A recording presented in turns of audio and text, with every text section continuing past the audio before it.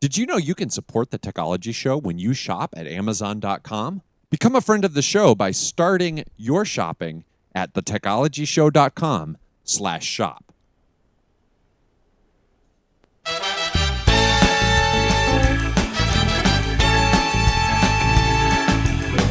It's Tuesday, November the 5th, 2013, live from rural Pickens, South Carolina. It's the Technology Show. I'm Matthew T.G. I am Heath Mullican. And I'm Tony Casey. Welcome to the Technology Show, a weekly podcast featuring technology, theology, and everything in between. This is episode 224. Yay! 224. Yeah, that's one shy of 225. Yes, See? yes. Pretty good. I'm quick on my math. Yeah. We're almost a quarter of a way to 900. All right, so in a little bit here, we're going to air our interview with Mark Batterson.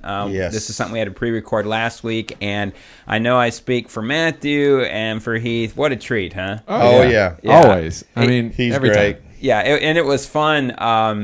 We got to spend some time with him really before our interview started. Yeah. The pre and then the post, and it was just all good. We appreciate it so much. Yeah, in fact, I got a little bonus clip to play at the end of the show. So you stick around to the end after everything's over. We got a little more fun. And the great thing about Mark is when we have him on, you know, we've kind of developed this relationship with him and found some kind of common interest and stuff. And those are like the parts I cherish. It's just like, he's so cool. It's not like this sterile. Right. It's not like he's going on like Fox News and it's just like, all right, we're in, we're out, bye, thanks. It's like, hey, man, what's up? You know, how you doing? Yeah. I mean, honestly, I think I brought it last week, and I don't know if I have it this week. Oh, yeah, this is good. Yeah. I love this. It's a great story. It's so, like, one of a kind. Yeah, it is. One of a kind. You talked, Tony, about your trip to Green Bay Packers game, and of course, Batterson's a big Packers fan. Yeah. I have my. Let's see. I'm going to hand it to you to show. This is beautiful. There you go. Yeah. Every time he releases a book, I get the signed edition of Mark Batterson's book because I have a signed Kindle from him. So,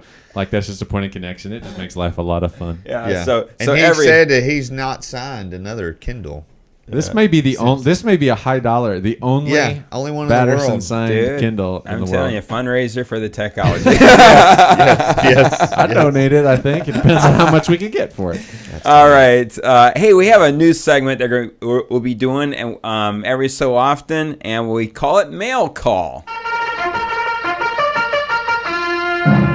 Mail call. Yay! Yeah, don't you love that? All right, our mail call this week. We want to thank Zach Burnham for writing in, and he has recently discovered this show and put us on to some apps and some ideas. And Matthew, I think you took that whole email. Yeah, and I'll have a link to the email in the show. But are we going to read the first paragraph? Yeah. Yeah, go ahead. Yeah. I'll have the link to the whole thing, though, but go ahead. Yes. We were going to, and then then you lost it. I don't have it. Well, let me read it. Here it says. Please He do. goes. He says, Yeah. "Hi all. I recently found the show when I heard of it when the Covenant Eyes posted links to the episode with your interview with Luke Gilkerson. That was a great episode and a great interview. Thank you very much. Thank you, Zach. We appreciate that. Yeah, and he's got some apps in there. Like he talks about an app I never heard of called PrayerMate, and something you might want to check out. And he's got a couple other links there too as well. Yeah, so definitely a couple things that we're going to check into. He's also a big Linux user, it looks like. So yeah, there you go. And he says, anyways, he took a closer look, kept listening to the show, and even though as a professional software developer, he says the name Technology was enough to get him. Yeah, nice. One of the things I did, I followed one of his links. You've heard me on the show from time to time talk about Ubuntu, and I told Matthew probably 2 or 3 weeks ago, I think I'm kind of done with Ubuntu. But so what I did is I thought, I'm just going to start using it again, just to like say, okay, instead of using my Apple, I'm just going to use my Ubuntu machine. And so it's been kind of neat over the last 2 weeks. But he's got a version of Ubuntu. These are called distros, and it's a really clean version that he likes and that he uses, and that's also in the email. You might want to check that out. Yeah.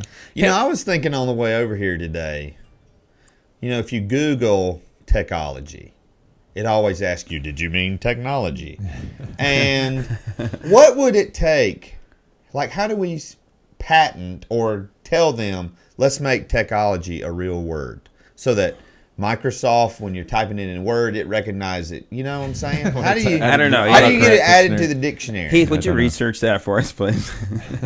I will. Hey, listen, we really don't take time out to talk about personal stuff here on this show. I mean, we kid around about certain things, our teams, things of that nature. But Heath, there's a lot going on in your life right now, and you were even bold enough to share some of that on Facebook, and thought maybe it would be profitable to talk about that a little bit. Yeah. I mean, God's blessed me, so much to be a part of the show and have met so many people through this show and through the denomination. And Sunday afternoon, posted a video about what my wife and I are going through. My wife's family has a history of Huntington's disease, which if you've never heard of that, it affects about 30,000 people in the United States. It's essentially a combination of Parkinson's and Alzheimer's. It affects your physical movements, but also affects your brain. And so my wife was tested about 11 years ago. She does have the gene for Huntington's disease. Every child of someone with it has a 50% chance. Her father passed away from Huntington's disease. And so we're kind of in this process. We've had some healing experiences. We've been blessed with 3 wonderful children, but just some things in our life, made us kind of take that step, and went to neurologists this month or in October. And just the first thing they do is you have a CAT scan and you have an EEG. And so yesterday morning, that's what we did. And this is just kind of the first step on a long journey. They kind of use this test. They'll be able to tell if if there's any symptoms in the brain. They know what to look for. But also moving forward, they use this test as a baseline to see if there's a progression. And what was really cool to me is posted this video, put it on Facebook.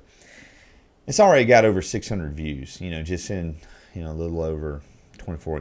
Not quite 48 hours. But I just want to say thank you. Many people who watched the show from, literally all over the world. Germany. It was really overwhelming. So I covet your prayers. And, we're not promised a lot of things in life, but that the Lord walks with us through the valley of the shadow of death and through the good times and the bad times. So we're very blessed to have good family support, good church support, good friend support like these guys here.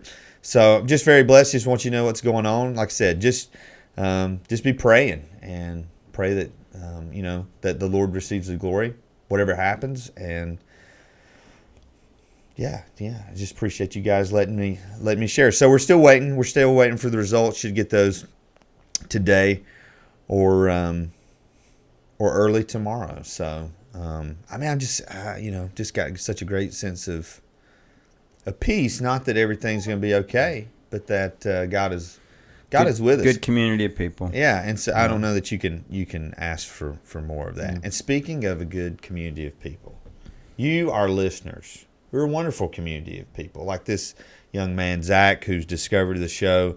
And we do the show for free. We don't charge anything. You don't have to pay $100 a month membership fee to watch this show. But we do. We've put a lot of money into this show. And one way you can support the show is if you go to thetechnologyshow.com/shop. You can support the show. Our family, we did all of our Christmas shopping through this link. You the man. And TG, give us just this week. What's been the report? Well, my exciting thing for the week is that somebody renewed their subscription to Popular Science magazine using our affiliate link, and that earned us $3. We got 25% commission on that order. Yeah, got $3. That's all. Yeah. And see, here's the deal. Like we're not asking you to go out and spend money you would normally spend, but if you're doing shopping, that's just a way you can help the show. It helps us keep our all our equipment up to date and stuff. Another way you can support the show is by sponsoring a show. We're about to publish an episode, an interview with Mark Batterson, and so we're looking for sponsors. If you want to sponsor 1 episode or 2 episodes, if you go to the Techology, I'm going to piggyback on that because I mean the Batterson. We know that if the past is any indication of the future, we're going to get thousands of hits on that show. If we'd had a sponsor for that show, if you would have sponsored it, or your organization would have sponsored it, your advertising dollars would live on. Every time someone would go to that interview, they would see your sponsorship of that. We've got another interview coming up in December. This is going to be equal to this, and that's Michael Cusack on December the 17th. And so we encourage you to go to our website to look into that. We would love to have you as a sponsor, and we think that we have a product that will help get your product recognized. Yeah, and you can go to thetechnologyshow.com/sponsor.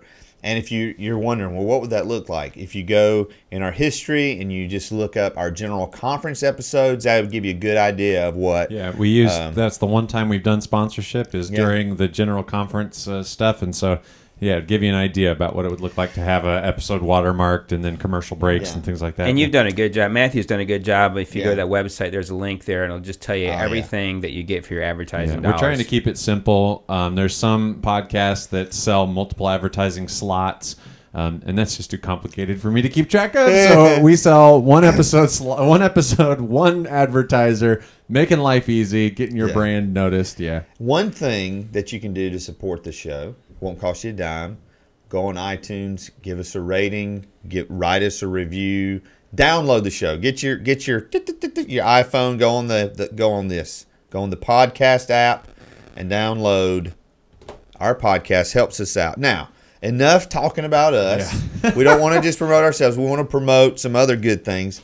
We want to continue to remind you about this exciting partnership between the Wesleyan Church and Biblica, which is coming up next February. It's the Community Bible Experience. You can check more about that, 40daybible.com/the Wesleyan Church. If you're a pastor, if you're a Wesleyan, and your pastor has not mentioned it or signed you up for it, you need to call him right after the show. You need to email him right after the show, tweet him. You need to tell him, 40daybible.com/the Wesleyan Church. We also want to send out, continue to tell you about David Drewry's new book, Being Dad. You can get more information about that at beingdadbook.com, or you can just pick it up when you're shopping through the Techology Show Amazon link. And today, we're getting ready to play our interview with Mark Batterson. We're giving away 2 copies. We're giving away a physical copy of All In and a Kindle version or ebook version. I'm about to start coughing, so Tony, I'm gonna throw it to you. All right, and the first winner of that will have their choice between either the hard copy or the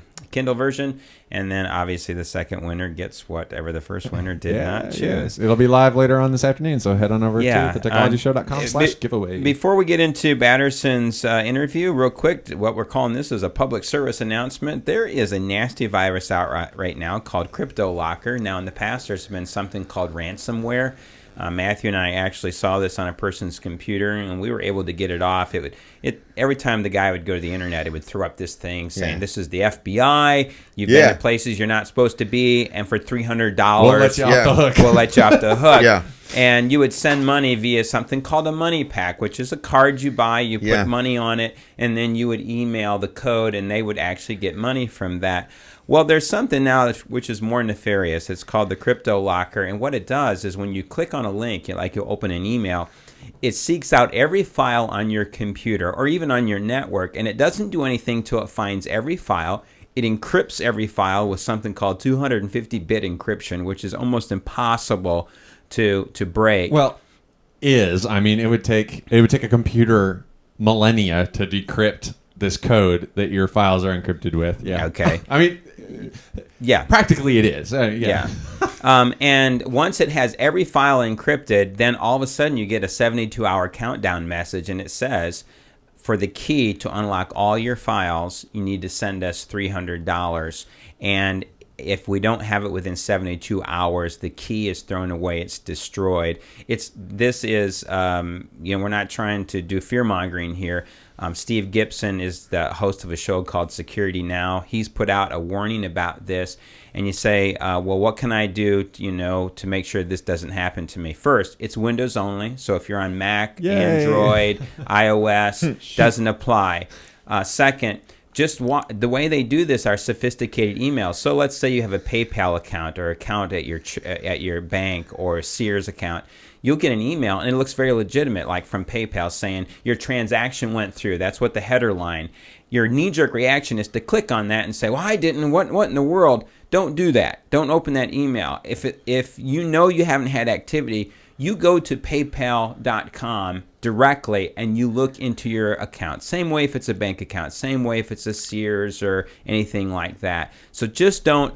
If it looks fishy, don't open it at all. That's where, once you click on that, that's what launches it. So be aware of it. Very nasty. And within a few weeks, Gibson says that your antivirus will begin to catch this. He said, but at the front end, because it's new, it just doesn't. Yeah, and we'll have the link to the Gibson stuff in the show notes for people to learn more if they want to kind of read up and educate themselves a little bit more on what this is all about. Yeah. All right. Well, without further ado, let's go ahead and jump into our interview with Mark Batterson. Yes. Batterson serves as lead pastor of National Community Church in Washington, D.C., one church with 7 locations. NCC is focused on reaching emerging generations and meets in theaters throughout the D.C. metro area. NCC also owns and operates the largest coffee house on Capitol Hill. Mark holds a Doctor of Ministry degree from Regent University and is the New York Times bestselling author of 10 books, including The Circle Maker, In a Pit with a Lion on a Snowy Day, Wild Goose Chase, and most recently, All In. Mark is married to Laura, and they live on Capitol Hill with their 3 children, Parker, Summer, and Josiah. Mark, welcome to the show today. Hey, it's great to be back, guys. Hey, listen, today we're going to talk to you about your book, All In, and you really hint at the kind of buy-in that God is calling us to in the very title of your book.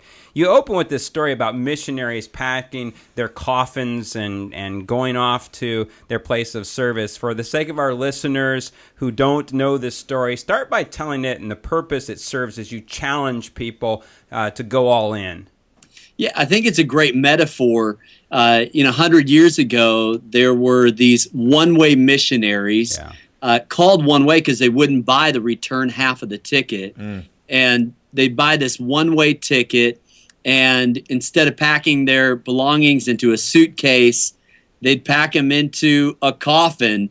In a sense, it kind of symbolized their death to self and what God had called them to. And not everybody's called to the mission field, and I think the mission field is right at home, next door neighbor, right across the street.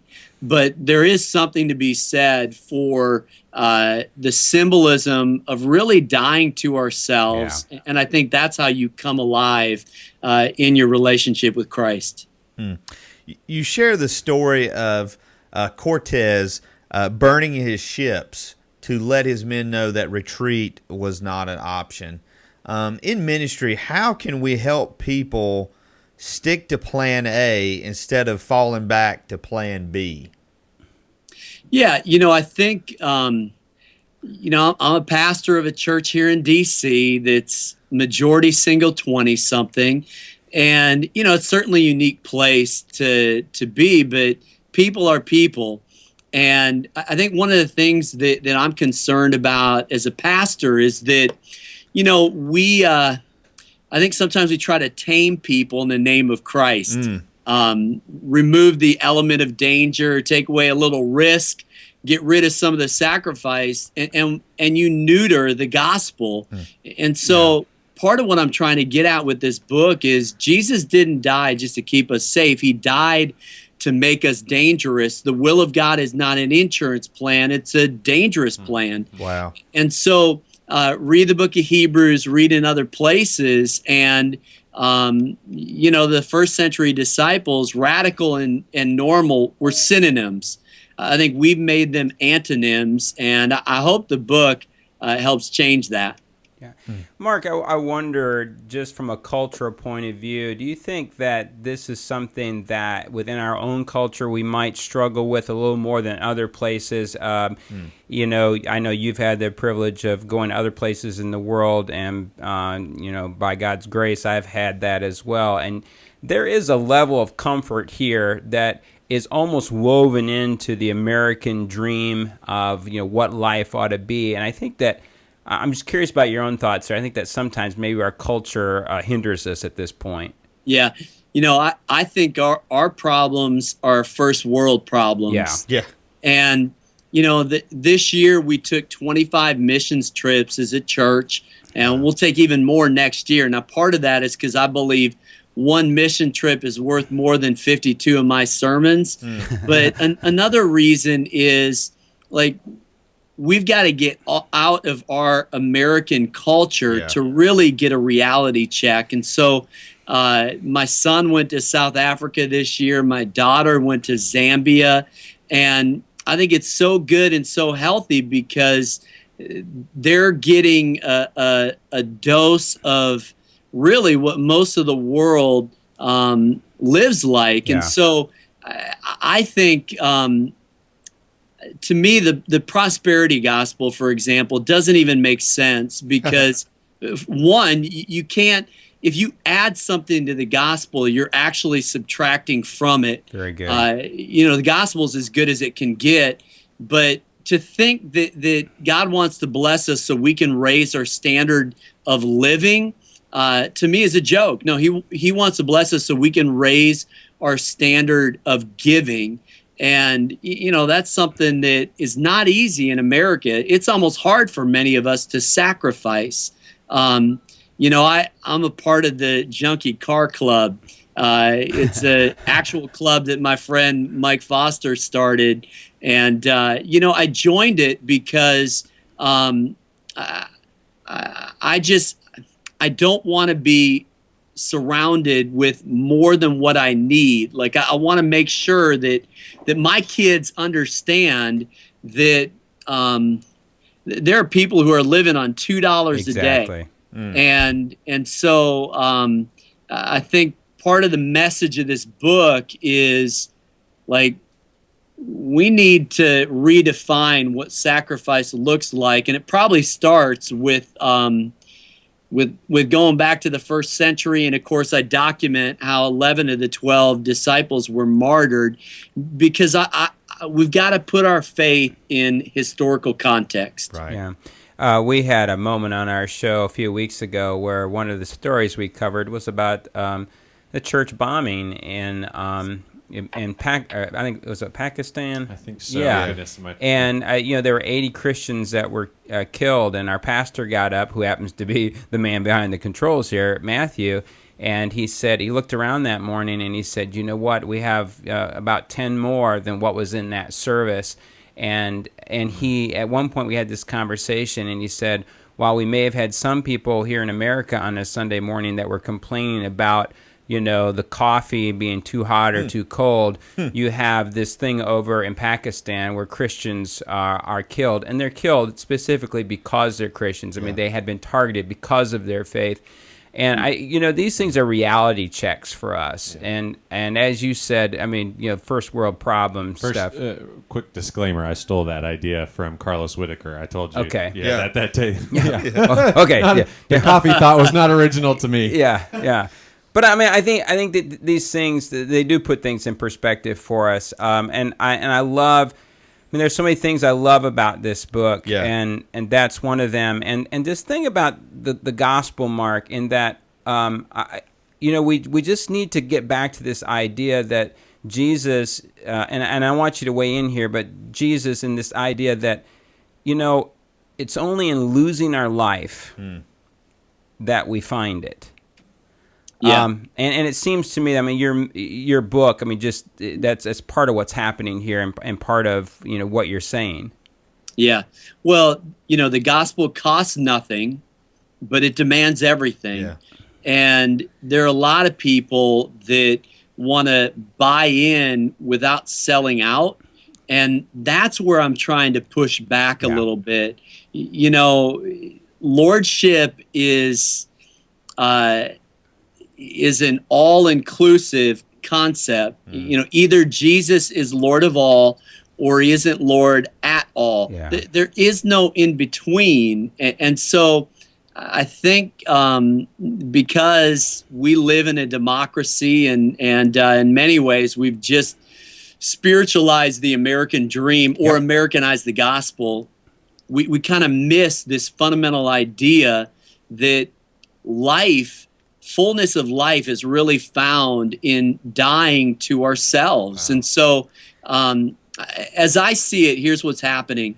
Many of us feel like we have to hold out on God just a little bit because we don't want to miss out on what the world might have to offer. And the problem with that is that we're robbing God, but we're also cheating ourselves, because it's in holding out on God that we really miss out on everything that God wants to do in our lives. And so one of the underlying messages of the book is, if you don't hold out on God, he's not going to hold out on you. And at the end of the day, our greatest regret when we stand before the judgment seat of God is going to be whatever we didn't give back to God. And so God can't give back what you don't give up. Yeah. He can't resurrect what doesn't die. Yeah. And so really it's a call to death, but then the life on the other side, the life that we find in Christ. And of course, it goes right back to that symbolism of, have you packed your coffin? Yeah. And man, when you die to yourself, it's life takes on a whole different dimension. You aren't afraid of much when you've died to self. And then God can begin to do things in your life that are a lot bigger and better than what you probably imagined. In the third section of your book, it's entitled All Out, and I am a stories guy, and you start this out, this great story about you and your son in the Grand Canyon. Take a moment, share that story, and then talk about the truth that kind of led you to. Yeah, it's one of my favorite life goals, hiking the Grand Canyon from rim to rim with my son Parker just before his 13th birthday. And we had hiked for 2 days. I had lost 13 pounds. Wow. It was 110 degrees in the shade. Yeah. And so by the time we're coming up the canyon wall to the other side, I mean, I'm wiped. And I see these people lining the canyon rim. And at first, I'm feeling sorry for myself. Yeah. Like, they're up there licking ice cream cones, looking like they just came out of the air conditioning, and we have flies hovering around us. But then it dawns on me, like, no, I feel sorry for them because they're looking at the canyon that we just crossed. Yeah. They might be seeing it, but they're missing it. They can say they went to the Grand Canyon, but I hiked it from rim to rim. And then this thought that there's so many people in church that are rim huggers. They're just looking out at this canyon, but they haven't really hiked into the full canyon of God's grace and power. And so I just felt like what a great metaphor for what God is calling us to, because it's not just about going all in.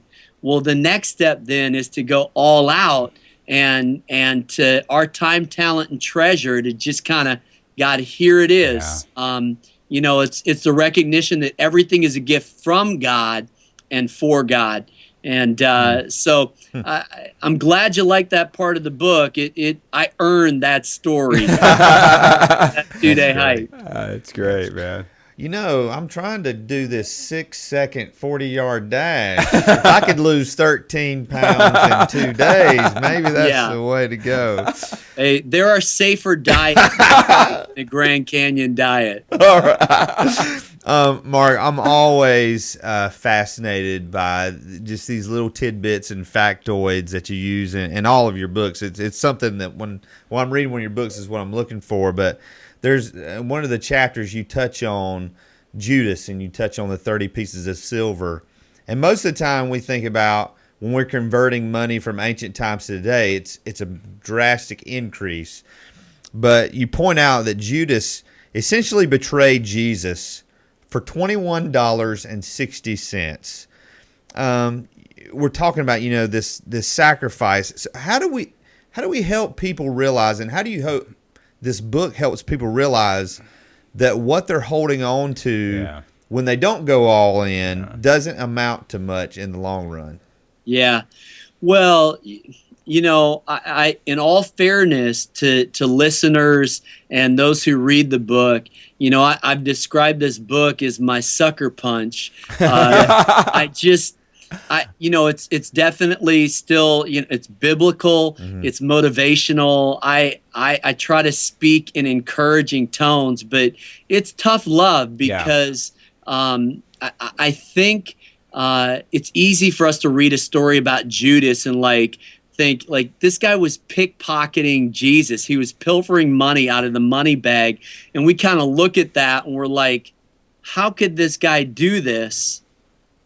And then we're giving God 2% of our income, or we think we're sacrificing and go to church once a week. No, you look in the mirror, there's a little Judas in all of us. And so I think what I try to accomplish with looking at these different stories where in most instances people went all in with Jesus, but in some of the other instances where they held out is let's look in the mirror.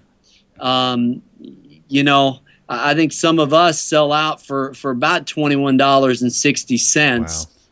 Wow. And so the book really is kind of a reality check. But then to flip it, it's probably my favorite subtitle of any book I've written. You're one decision away from a totally different life. And so while I definitely, I feel called to comfort the afflicted and afflict the comfortable. Well, this book is in that second category. Nice. And so mission accomplished, Mark. Because I had moments. I listened to this book, the Audible version. I was driving back from Chicago home, and I just had these moments where I just wanted to build an altar, do a confession, And so you accomplished. He poured ashes on his head. Or punch me back, hit me back. Listen, I can't hit a fellow Packer fan. Okay, there are just some things. I like it. Allow me to read just a section out of this book here. You say, quote, "Grace is loving people for who they are, where they are.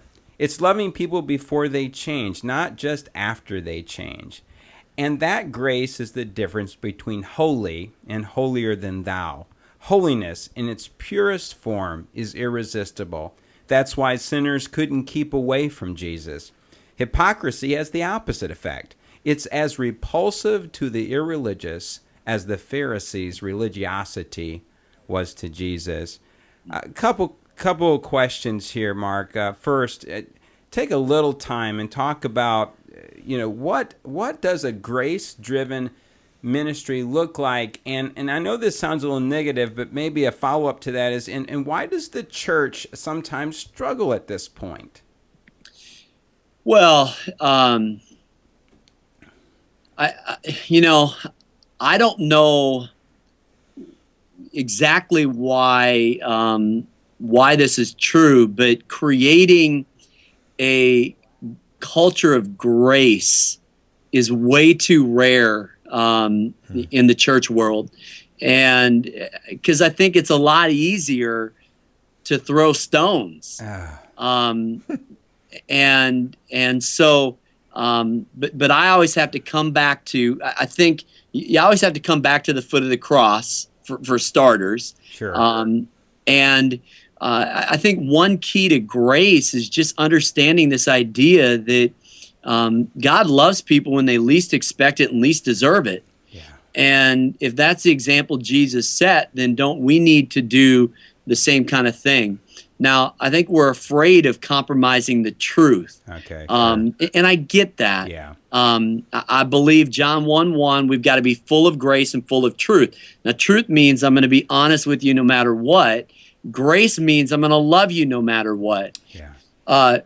I think many of us are naturally on one side of that spectrum or the other.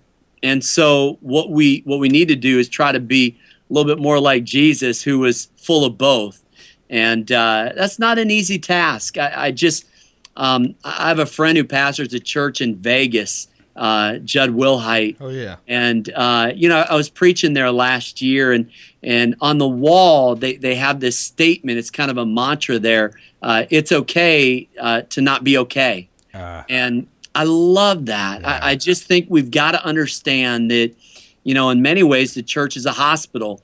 I mean, can you imagine someone who's sick, like saying, well, I don't know. I don't want to go to the hospital. I think the doctor's going to think I'm sick. Like, I mean, that's what sin is. It's spiritual sickness. And there's only one cure, and it's the grace of God. And the church is the place where God is deemed as his hospital. And, man, that's where you go when you need help. And so I think we need that paradigm shift and certainly see it modeled, the standards set by Jesus himself. Yeah, very good.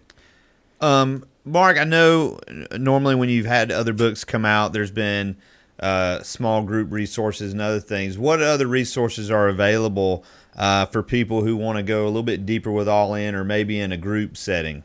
Yeah, well, there is a 4-part series. It's a DVD. You'll need to look at This Ugly Mug for 4 weeks. Yeah. But we actually had a ton of fun filming it. Great film team. And it's a 4-part series. And, the teaching segment is about 15 to 20 minutes. And then with a study guide to kind of create a group experience. I found this with the Circle Maker too, that there's some dynamic, some synergy when you go through something like this together that it creates accountability. Sure. And synergy, so that it's easier to bluff your way through just reading a book by yourself. Yeah. But if you're around people and you're actually asking tough questions, I think All In, I think, is a great study for small groups, and already a lot of churches have been doing the church-wide campaign.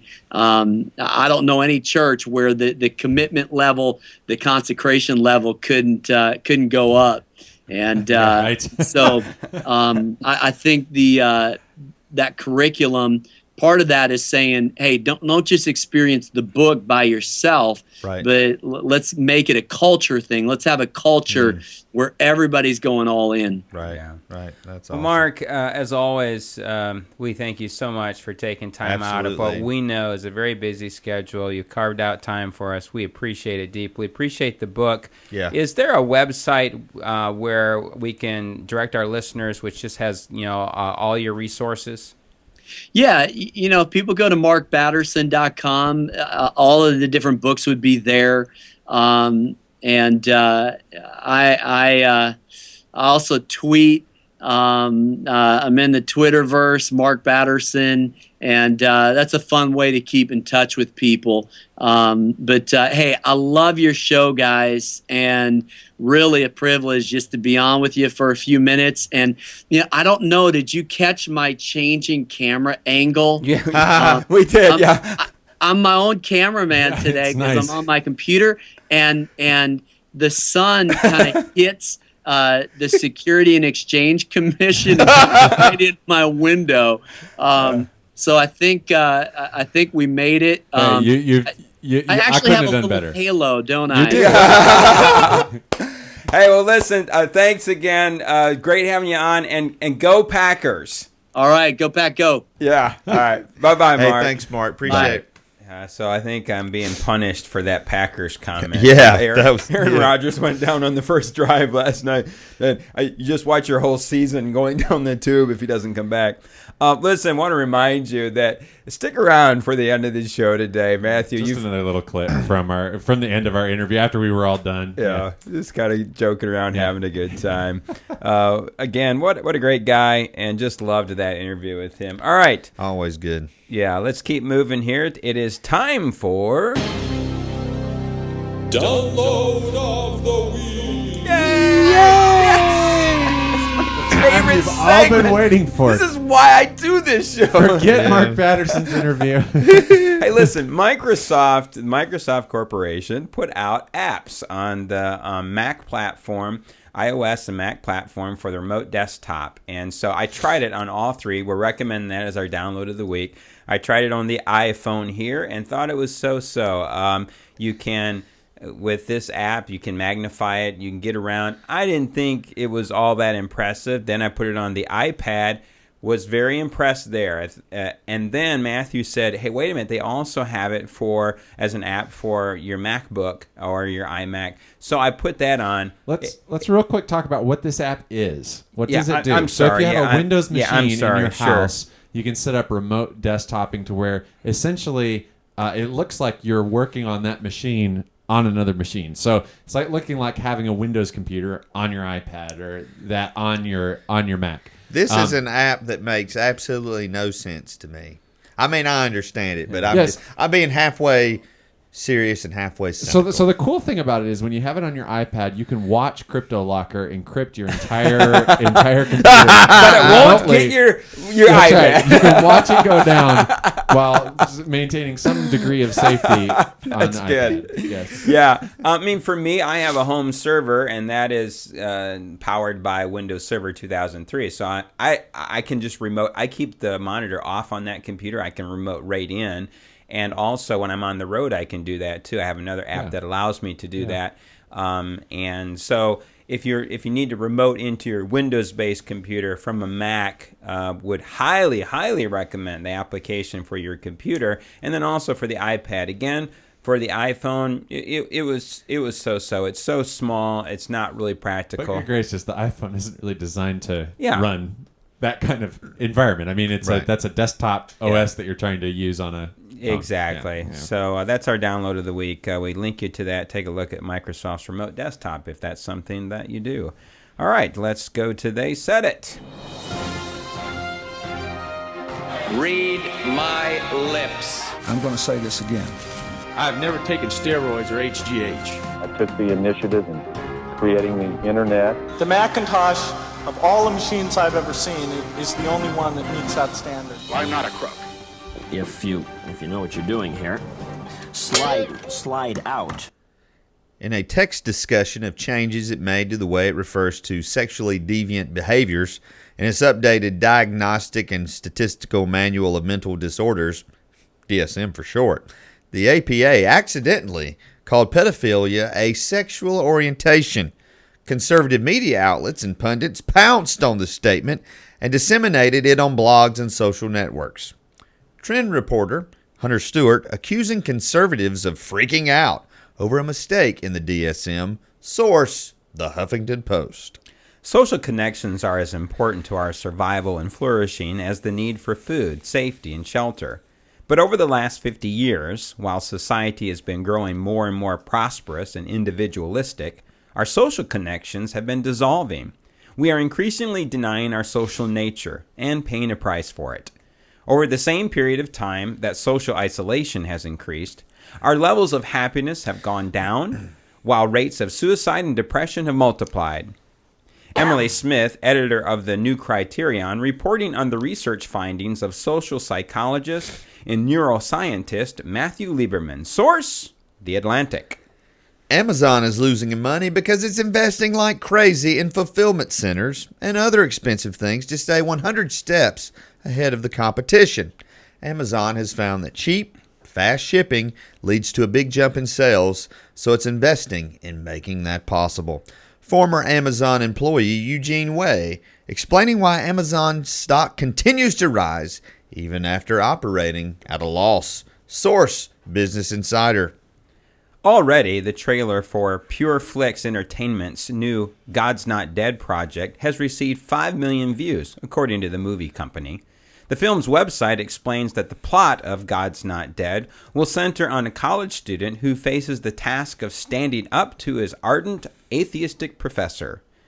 Garrett Haley reporting on the March 7th, 2014 release of the movie God's Not Dead. Source, Christian News Network. We would love to play that for you, but it features heavily the song God's Not Dead, which would flag it would flag our episode on YouTube, whereby causing us to make zero money from our Mark Batterson interviews. And let me say a pet peeve here is that we could play that and it would be fair usage according to the law. The problem is that these are monitored by bots. Yeah. And so here's that little clip, and there's no it'll just automatically make a claim against our episode, and then I would have to literally go Call get them paperwork and, to show guilty that it's okay until proven innocent. Right. Yeah. And it's So complicated process. So let's talk about the movie. If you have not watched the trailer, we will put a link to it in the show notes. The gist of the story: Christian kid goes to college, has an atheistic professor played by Kevin Sorbo, formerly of Hercules. Superman's in it too. Dean Cain's in it, and I don't know the young man's name, but the Teddy's boyfriend from Good Luck Charlie. Those words will never be said on the show again. But anyway, he's in it. Fine young man. Looks like a great movie.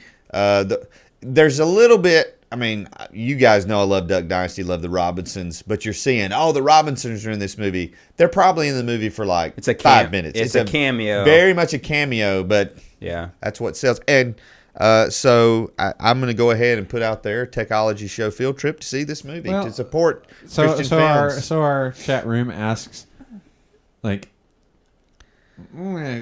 get weird about him. I'm with Steven in the chat room on this.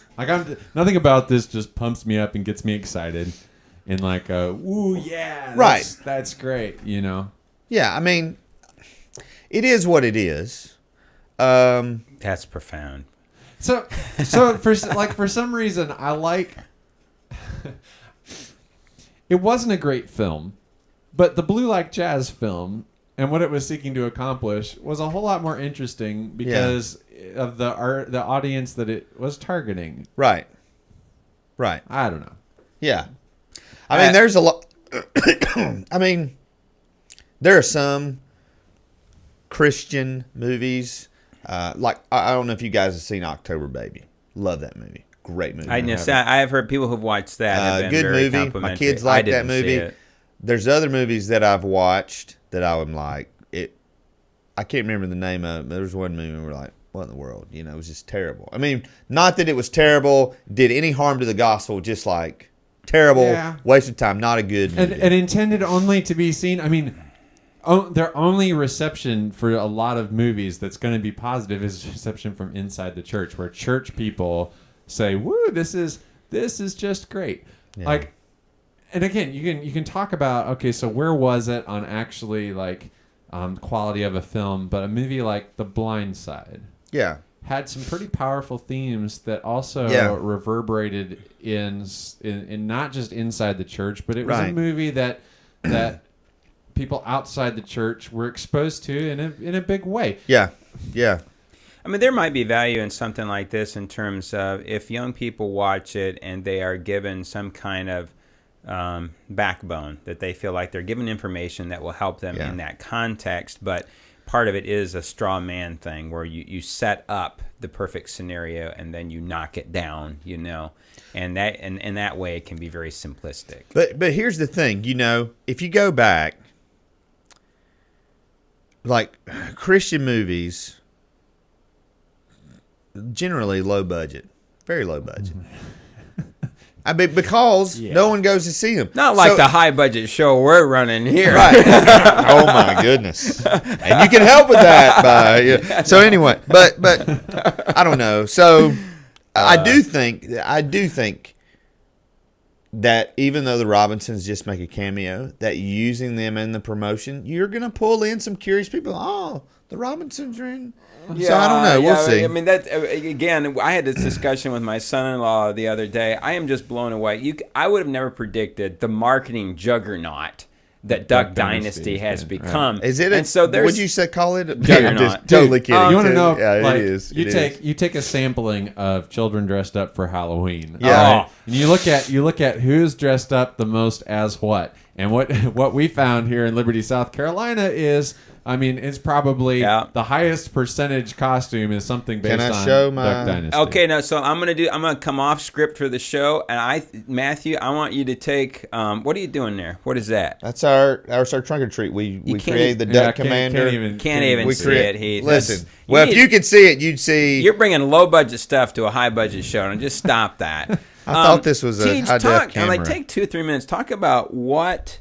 And this has been under your leadership. What Golden Grove did for Halloween and the impact that has had in just a little town of Liberty, like 3,500, 4,000 people. Yeah, what we found is that like a church our size, what I've seen, like to do something of quality, we got to be intentional about what exactly we're going to do. And so we have a lot of bigger churches around us that do like a trunk or treat kind of thing where they're able to staff and put together something really good.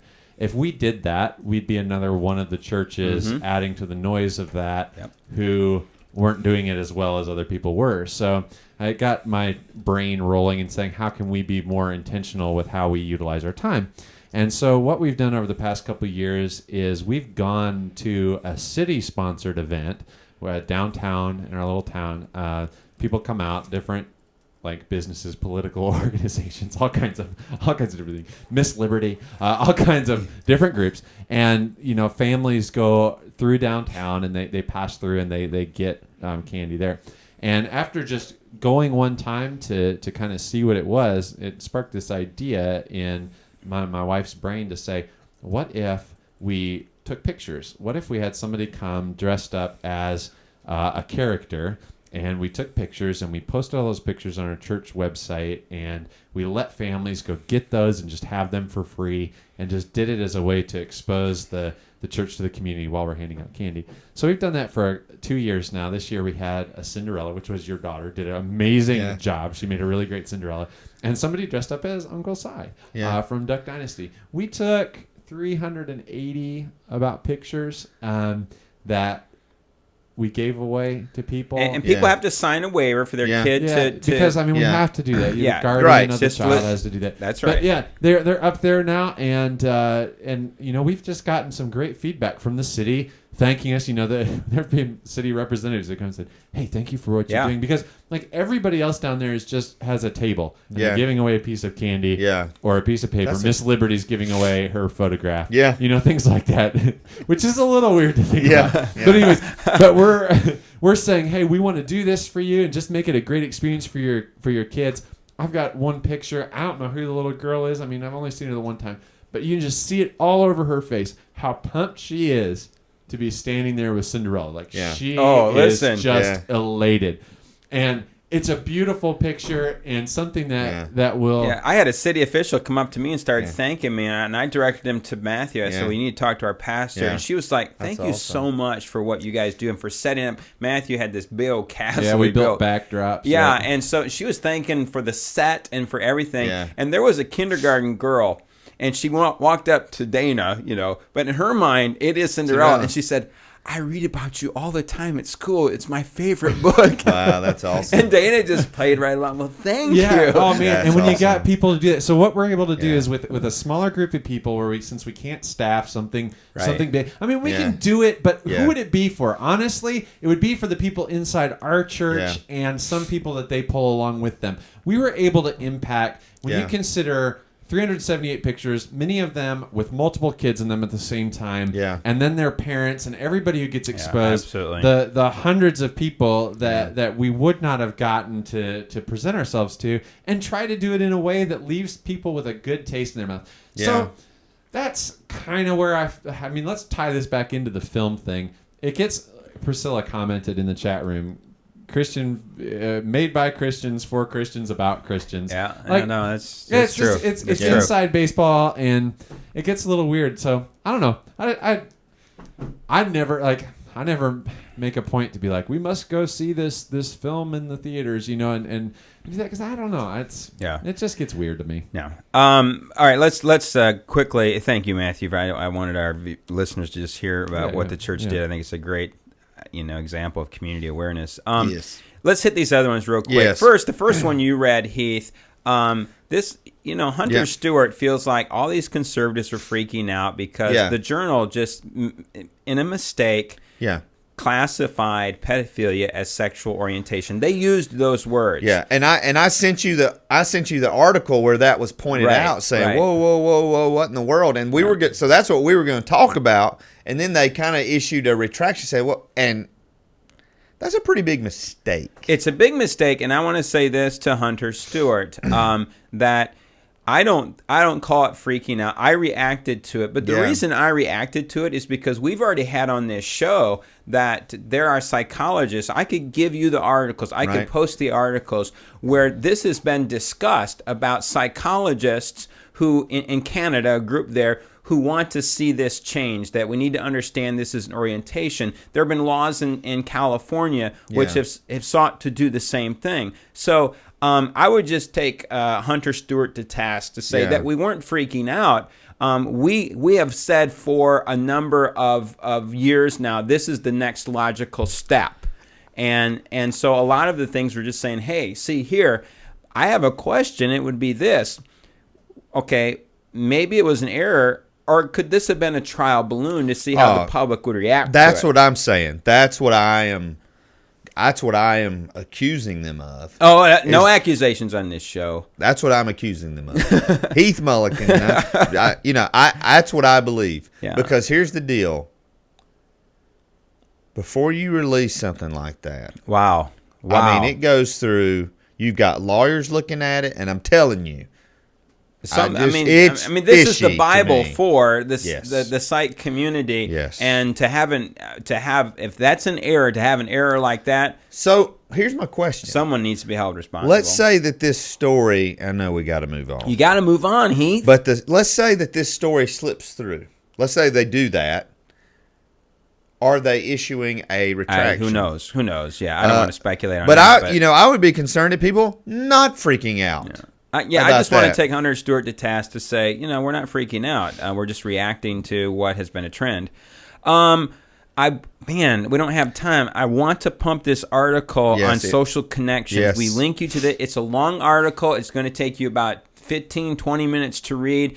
There is Bible all over this thing about the importance of social networks. Now, if you're a person who gets freaked out when you see the word evolutionary psychology and evolution, then maybe the article's not for you because it's all over this. But please, read it. I see creation stuff in this, and I think I told you in the pre-show, Heath, in the creation story, this thing of it's not good that man be alone, and you just see this, and especially if you understand sin and you define sin as broken relationship. Yeah.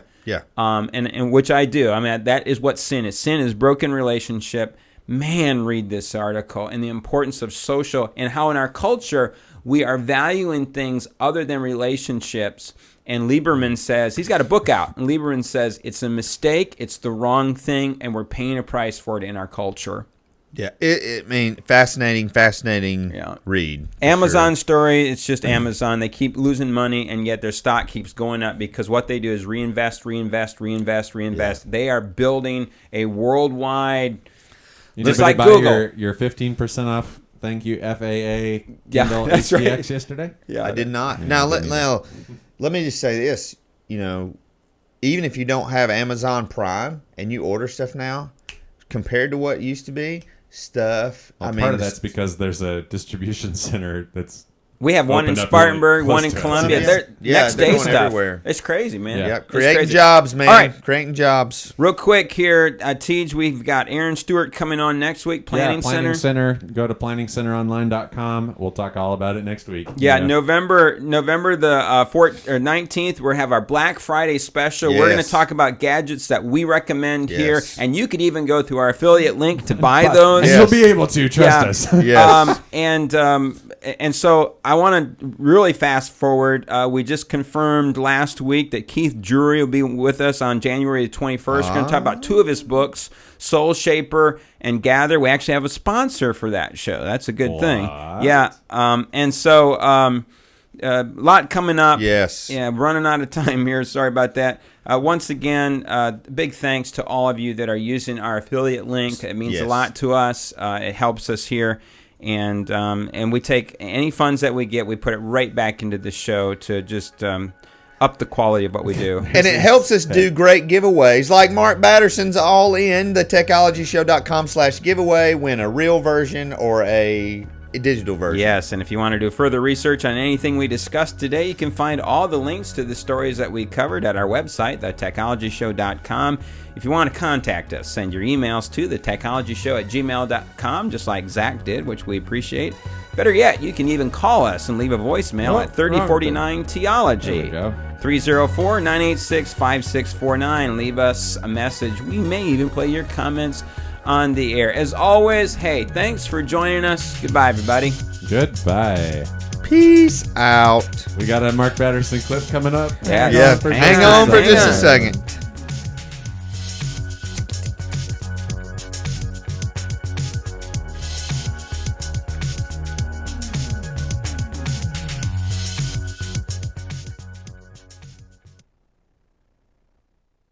All right, that's good. All That's right. where Mark, we'll what a joy, man. Hey, thank you so fun. much. Yeah. I ran out of real estate literally. Look out my window. If we could just loose a dove inside your office that would come flying out of that on occasion and maybe land on your head or shoulder, that would be really awesome. make the effect. It would sell it big Yeah, time. that's right. Yeah, the next book we'll try to call it the same time of the year. You work on the dove, it'll be perfect. Hey, Sounds good. one more quick